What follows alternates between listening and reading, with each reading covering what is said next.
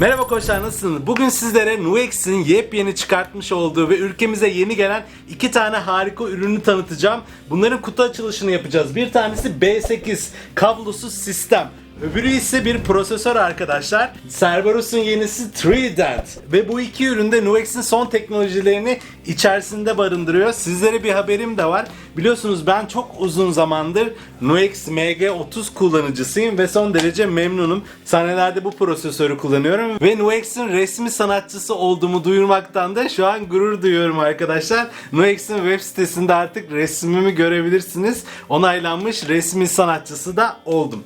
Buna vesile olan Can Göz Müziğe de buradan çok teşekkür ediyorum. Bu ürünleri de ülkemize getiren ve tanıtmamıza vesile olan Can Göz Müzik. Ürünlerin mağaza bağlantısını açıklamalar kısmına bırakacağım arkadaşlar. Eğer ürünler hakkında herhangi bir indirim kuponu da alabilirsem onu da açıklamalar kısmında bulabilirsiniz.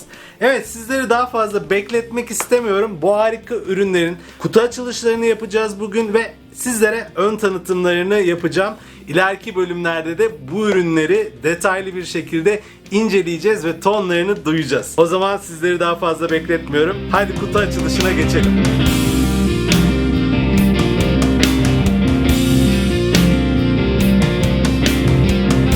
Nuex MG300 ve MG30 ile beraber tasarım konusunda iyice kendini aşmaya başladı.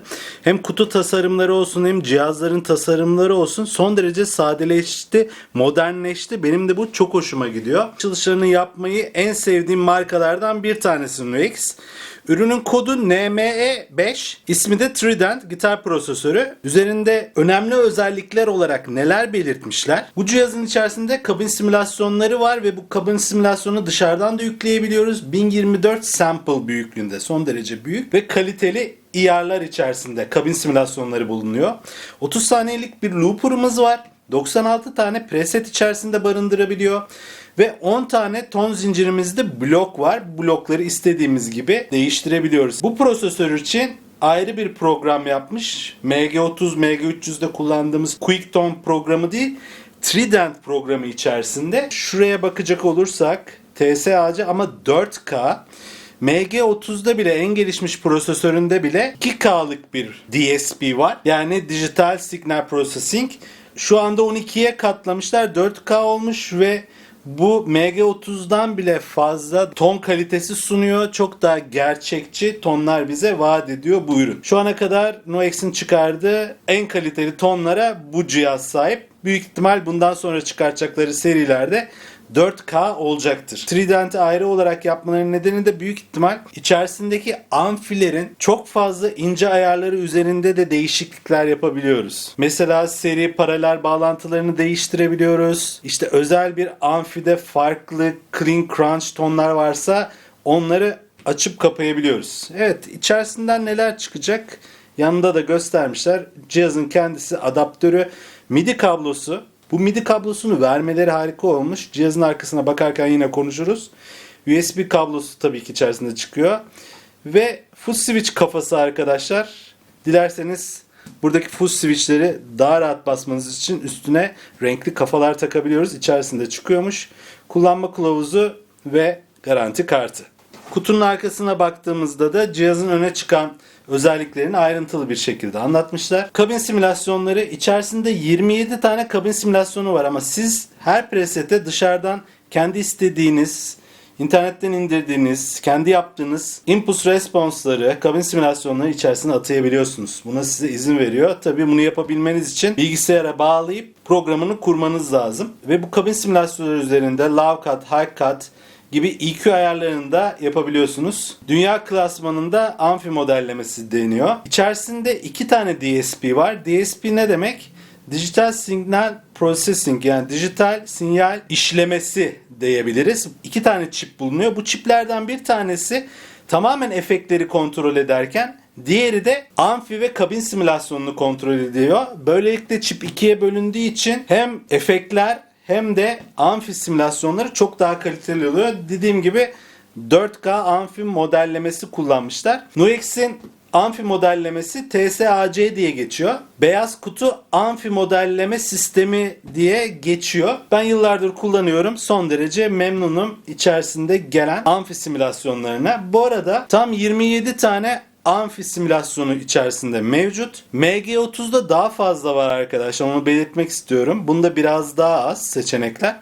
Fakat update'lerle bu artabilir, güncellenebilir bilginize. Kendi programı olduğunu söylemiştim. Burada ondan bahsetmiş. Bir ses kartı olarak da kullanabilirsiniz. Ve USB'den bağladığınızda direkt kayıt yapabilirsiniz. Ya da daha önce kaydettiğiniz bir şeyi reamp yapıp yeniden bunu bu cihaz üzerinden proses edip kaydedebilirsiniz. Bunlar hakkında daha önce çok fazla video paylaştık. MG30'da, MG400'de. Merak edenleriniz varsa prosesörden kayıt yapmak üzerine kartlar bölümüne bırakıyorum. Oradan o videolara da ulaşabilirsiniz. Bu cihazın en önemli özelliklerinden bir tanesi aslında bir pedal board'a sahip olmuşsunuz gibi oluyor. Üzerinde bulunan delay, reverb, overdrive gibi seçenekleri o preset içerisinde anında açıp kapayabiliyorsunuz. Ayrıca hepsini ayarlayabileceğiniz knoblar üzerinde mevcut ve sahnedeyken delay'in ayarını anında değiştirebiliyorsunuz ve bir tane ekranı var arkadaşlar. Bu küçük ekran üzerinden de bu ayarları ne yaptığınızı takip edebiliyorsunuz artık. Bir önceki modele göre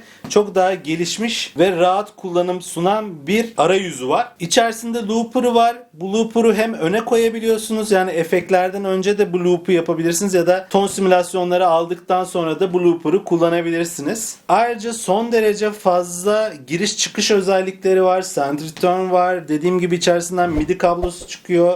MIDI girişleri var. En güzeli de DI box almanıza ekstradan gerek yok. XLR çıkışları da mevcut. Çivi jack çıkışları da mevcut arkasından. Kutuyu açınca cihazın üzerinde bakacağız zaten. Ayrıca farklı bağlama seçeneklerini göstermişler. Benim en çok tavsiye ettiğim Studio Direct, yani direkt miksere bağlayıp kabin simülasyonlarını açıp kullanmanız. Ya da amfinize girebilirsiniz. Kabin simülasyonlarını kapayıp amfinize return'dan veya input'tan girebilirsiniz. 4 kablo metodunu tabii ki send return olduğu için destekliyor.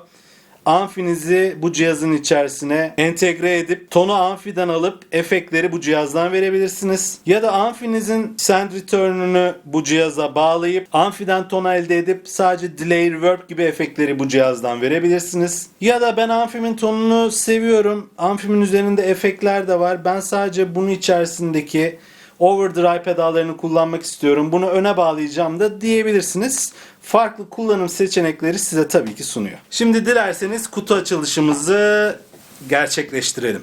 Evet, kutumuz yana çekerek açılıyor. Ve kutu içinde yine Nuex logosu parlak bir biçimde bizi karşılıyor. Tutma yerinden çekiyorum. İçerisinde bir tane de Trident Guitar prosesör yazısı parlak şekilde bizi karşıladı. Burayı da açıyorum ve kutumuzun içeriğine sonunda ulaştık. Evet, switch kafaları burada. Ve cihazı çıkartalım. Kullanım kılavuzlarını da alıyorum. Ve kutumuzu kenara kaldıralım. Evet, yine son derece korunaklı geliyor. Süngerlerle cihazı havada tutmuşlar. Ve süngerlerimizin yan tarafında bir kutu daha var. Onu da buraya koyalım.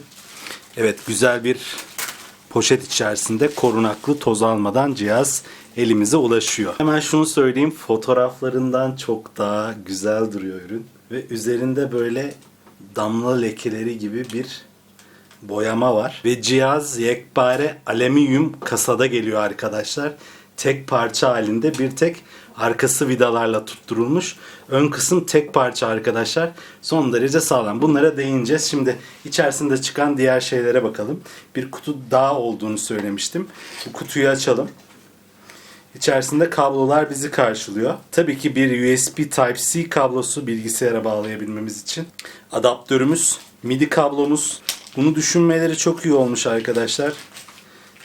Bu cihazı ekstra bir MIDI controller'a bağlayıp kullanabiliriz. Hem sinyal gönderme hem sinyal alma için 2 tane kablo yollamışlar. Belki de cihaz kirlensin istemiyorsak amfimizin üstüne koyup bir MIDI controller'la bu cihaza bağlanıp ayağımızın altında MIDI controller'la bu cihazı yönetebiliriz. Ve içerisinden adaptörün ucuna bizim fişlere uygun bağlayabileceğimiz dönüştürücü çıktı. Şu şekilde taktığımız anda artık fişe takmaya hazır. Şunu da açayım. İçerisinden tam 1, 2, 3, 4, 5 tane switch kafası çıkıyor. Bunları şu şekilde ön plana çıkarmak istediğimiz switchlerin üstüne takarsak onlara sahnede basmamız çok daha kolay olacaktır. Mesela bunları ABC presetlerine geçiş ve ileri geri şeklinde kullanabiliriz. Ya da dileği çok açıp kapamamız gerekiyorsa belki dileğin üzerine takabiliriz. Ya da alttakilerde kullanıp yanlışlıkla üsttekilere basmamak için alt taraftaki switchler dikkatimizi çeksin diye onlara takabiliriz. Bu ayrıntıyı düşünmeleri de son derece iyi olmuş. Kullanım kılavuzu tabii ki geliyor. Burada bunları da çok güzel bir şekilde poşetlemişler. Gerçekten poşetleme işine, kutu işine çok önem vermeye başladı NX. Bu da insanı iyi hissettiriyor. Böyle bir ürüne para verdiğinizde bu güzel hissiyatları size yaşatması hoşunuza gidiyor. Garanti kartı tabii ki sticker ve güzel, ayrıntılı bir kullanma kılavuzu. Büyük de yapmışlar arkadaşlar. Yazıları okumak son derece rahat. İngilizce ve Çince geliyor ne yazık ki. Ama biz videolarımızda her ayrıntıyı anlattığımız için bu bizim için sorun olmuyor biliyorsunuz. Yakında da ayrıntılı inceleme videosu zaten ürünün gelecek. Şimdi hemen ön incelemesini yapalım. Arkadaşlar bu bir sanki pedal board dizmişsiniz gibi. Onun yerine pratik bir çözüm. Yani reverb pedalımız, delay pedalımız, modülasyonlarımız, efektlerimiz, booster'ımız ve presetlerimizin arasında geçiş yapma. Hatta bir pedal board'dan çok daha fazlası farklı presetler ve amfi modellerini içerisine koyabileceğimiz için bize sonsuz seçenek sunuyor. Sonsuz amfi modellemesi, kabin modellemesi sunuyor. Ama bir yandan da bir pedal board'un bize sunduğu esneklikler de üzerinde var. Onlar neler arkadaşlar? Mesela reverb ve delay'i hemen anında kontrol edebileceğimiz potlarımızın bulunması. Sahnedeyken bunlar arasında geçiş yapabiliriz veya zamanını, tekrarını, uzunluğunu değiştirebiliriz. Seviyesini arttırabiliriz. Farklı delay pedalları arasında geçiş yapabiliriz üzerindeki düğmeler sayesinde. Modülasyon ve efekt için bir kısım daha var. Modülasyon ve efeğin de ayarlarını hemen buradaki potansları kullanarak yapabiliyoruz. Ve bunlara dokunduğumuz anda büyük ihtimal ekranda onların ince ayarlarını ve neler olduğunu da bize sunacak. Birçok arkadaşım sahnedeyken bu ince ayarları o anda şarkı içerisinde yapmayı seviyor. Analog pedallar almış gibi, onların üzerinde ayrı ayrı ayarlar yapıyor gibi hissiyatı bu cihaz bize yaratıyor. MG30'da bu ayarları yapmak sahnede biraz daha zahmetli. İlk önce ayar yapacağımız tuşa basıp ondan sonra büyük ekranında çıkan parametreleri seçmemiz gerekiyor. Ama bu cihazda onların hepsi elimizin altında. Şu kısımda ise amfi ayarlarımızı hızlı bir şekilde değiştirebiliyoruz. Neler vermiş bize? Gain, level, bass, mid, treble yani tiz ve presence. Bunlar üzerindeki ayarları hemen değiştirebiliyoruz. Noise gate'i açıp kapayabiliyoruz. Amfi kabin simülasyonlu ayarlarını hemen buradan hızlıca geçebiliyoruz. Ayrıca ekstra equalizer ayarlarını da buradan yapabiliyoruz. Kullanımında bir parametre tuşu var. Aynı zamanda sonsuz dönüyor ve basılıyor. Aynı şekilde bir home tuşu, ana sayfaya dönme ve seçme tuşu var. Artık bunların ayarlarını, ton yazmayı nasıl ayarlayacağımızı ayrıntılı inceleme videosunda bakacağız. Looper'da olduğunu söylemiştik. Şu tuşa uzun bastığımızda Looper'a geçebiliyoruz. Başlatma, durdurma, geri alma, temizleme gibi seçeneklerimiz var. ABC dediği presetler arasında geçiş yapabiliyoruz. Ve bankalar arasında geçiş yapmamızı sağlayan ileri geri tuşu da burada. Ekstradan da bir solo tonuna geçtiğimiz zaman booster yapabileceğimiz tuş ve basılı tuttuğumuzda da tuner'ımız aktif oluyor. Işıklar da var arkadaşlar. Buradaki ışıklar bizi sahnede de yönlendirecektir. Şimdi biraz da giriş çıkışlarına bakalım. Expansion pedal. Tabii MG30'da kendi bir expansion pedalı var arkadaşlar. Vahları kontrol edebileceğimiz veya atayabileceğimiz herhangi bir şeyi kontrol edebileceğimiz. Bu cihazda yok ama bu cihaza ekstradan bir expansion pedal alırsanız buradan takabilirsiniz. Wah efektlerini de kullanmaya başlayabilirsiniz. Girişimiz, send return'ümüz, AUX'un girişimiz, cep telefonumuzu bağlayıp müzik açabiliriz. Master volume'u buraya koymuşlar. Ortada takılıyor, yani bunu genellikle ortada tutun demek istemişler. Ground lift, arkadaşlar bir dip gürültüsü varsa bunlar sayesinde engelleyebilirsiniz. Diğer outlarımızın olması en büyük avantaj bence. MG30'da bu yok. Herhangi bir DI box kullanmanıza gerek yok. Direkt buradan XLR'larla sistemi stereo bir şekilde yollayabilirsiniz. Amfi'ye de output 1, output 2 kısımlarından ses yollayabilirsiniz. Aynı anda left right olarak iki farklı amfiye de bağlayabilirsiniz. Ve kulaklık çıkışımızı da büyük tutmuşlar. Dilerseniz kulaklığınızı buraya bağlayabilirsiniz. MIDI girişimiz, MIDI çıkışımız Type-C USB 9 volt 500 mAh güç çekiyormuş. Destekleyen bir power supply ile de kullanabilirsiniz. Ve açma kapama düğmemiz de mevcut. Açma kapama düğmesi bence iyi bir seçenek. Bazı cihazlarda olmayabiliyor. Fişi çekmemiz gerekebiliyor. Sıkıntı olabiliyor. Açma kapama düğmesi de bulundurmaları güzel. Son derece kaliteli, sağlam malzemelerden yapılmış. Yekpare alüminyum. Arka kapak da metal. 6 tane vidayla tutturulmuş. Ve 6 tane de kauçuğumuz var. Kauçuklar kaymasını engelleyecektir cihazın. Şu anda çok sağlam bir şekilde masaya oturuyor. Evet, Nuex'ine harika bir cihaz yapmış. Zaten Cerberus'un bayağı bir fanı var ülkemizde. Kullanan ünlü gitaristler de var. Trident bunu bir üst seviyeye çıkarmış. Cerberus'tan farkı çok daha fazla düğmenin olması, reverb delay modu ekstradan açıp kapayabilmemiz ve üzerinde çok daha fazla knob'un olması ve tabii ki 4K çözünürlükte ton üretmesi. Detaylı inceleme ve ton denemeleri için sabırsızlanıyorum. Evet, şimdi sıradaki cihazımıza geçelim. Nuex'in profesyonel kablosuz sistemi. Daha önce çıkartmış olduğu kablosuz sistemler var. Biraz daha basit kullanımlı.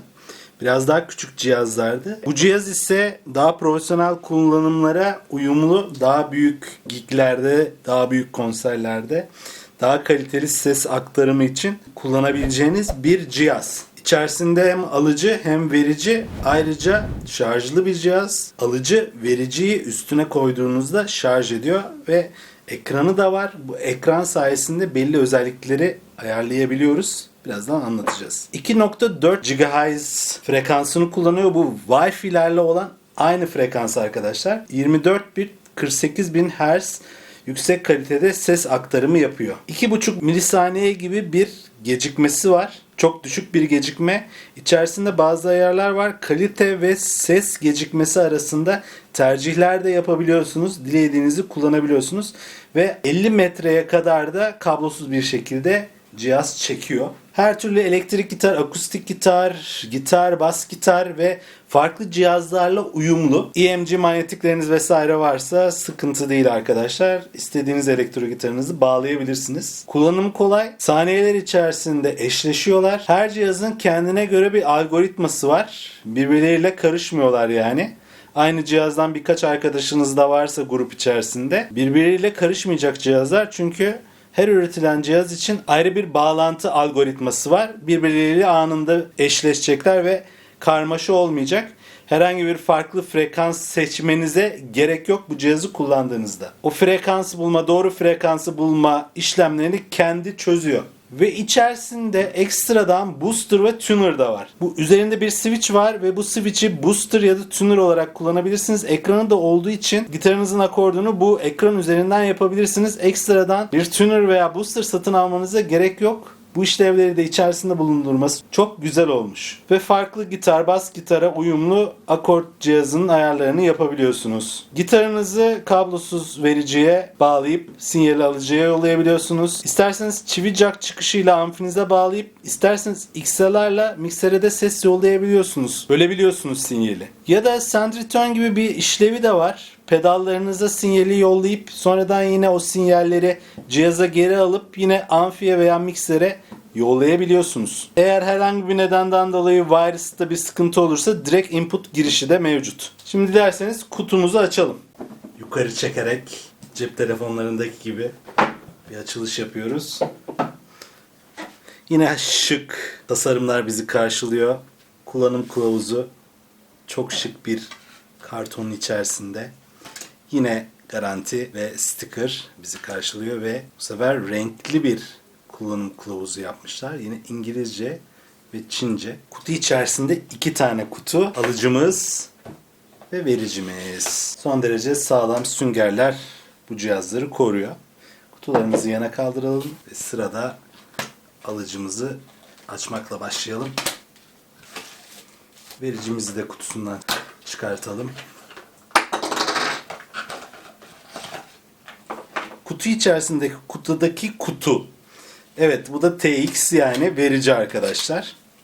Verici son derece küçükmüş. Bunun minnacık kutusundan çıkartalım. şuraya koyalım. Poşetleri açmadan önce tabii ki adaptörümüz. Nuex'in adaptörleri hep aynı şekilde 9 voltluk ve gitarla vericiyi bağlayacağımız kablomuz. Bu arada arkadaşlar bayağı premium bir kablo. Kaliteli ve sağlam görünüyor. Ve Type-C neden diye soracaksınız. Arkadaşlar güncelleme alabilir cihaz. Bilgisayara bağlanıyor. Ayrıca açılış ekranını da değiştirebiliyoruz. Onun için ayrı bir program yapmışlar. Açılış ekranını değiştirebilmemiz için, resim atabilmemiz için de bu USB kablosu. Tabii ki update yapmak daha önemli bir şey. Bakalım bu poşetlerin içerisinde neler var. Evet, pedal board'umuza eğer yapıştırmak istersek cırt cırtlı yapışkanlar içerisinde çıkıyor.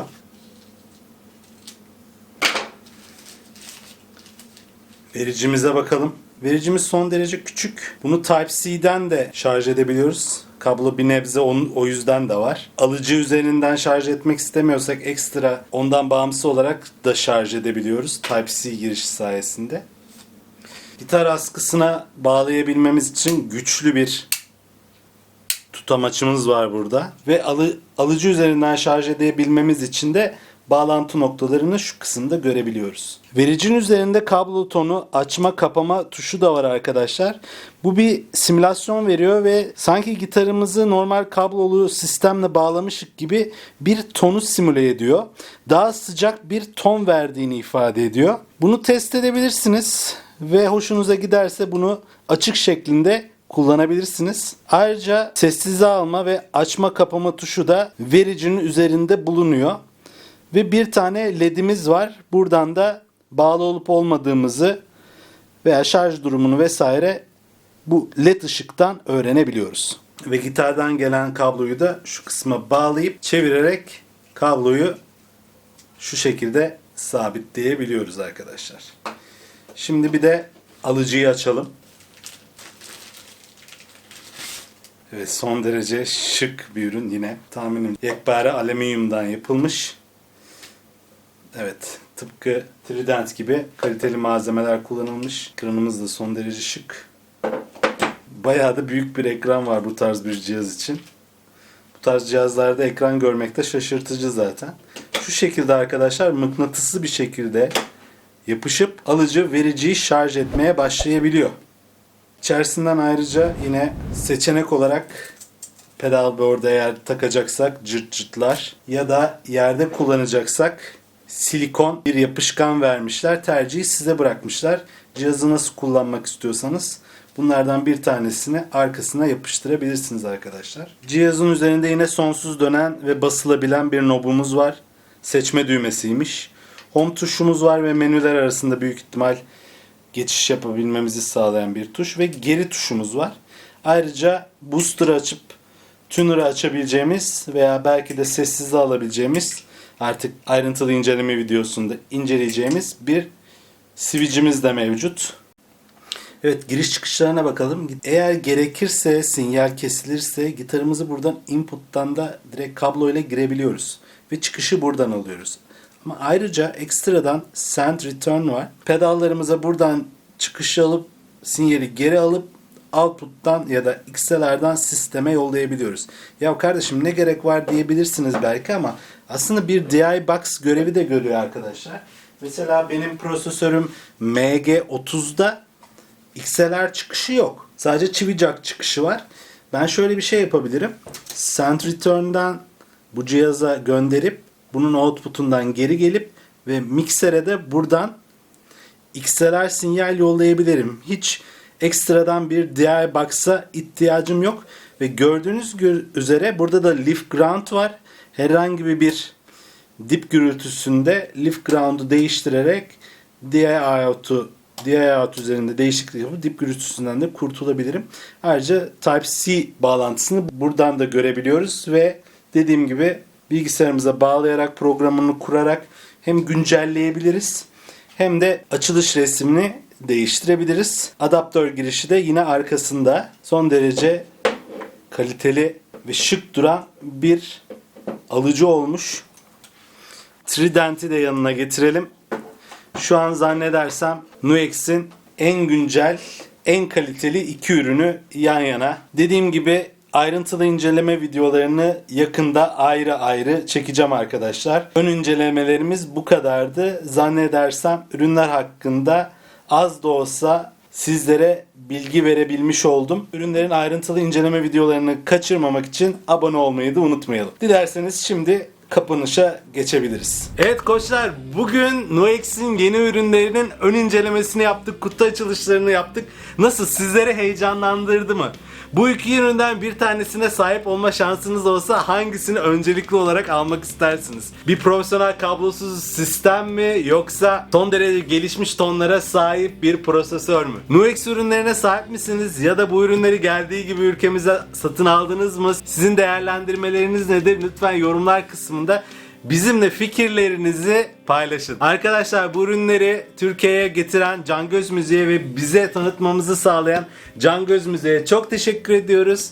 Ürünler hakkındaki mağaza bağlantılarını ve alabilmişsem indirim kuponunu açıklamalar kısmından bulabilirsiniz.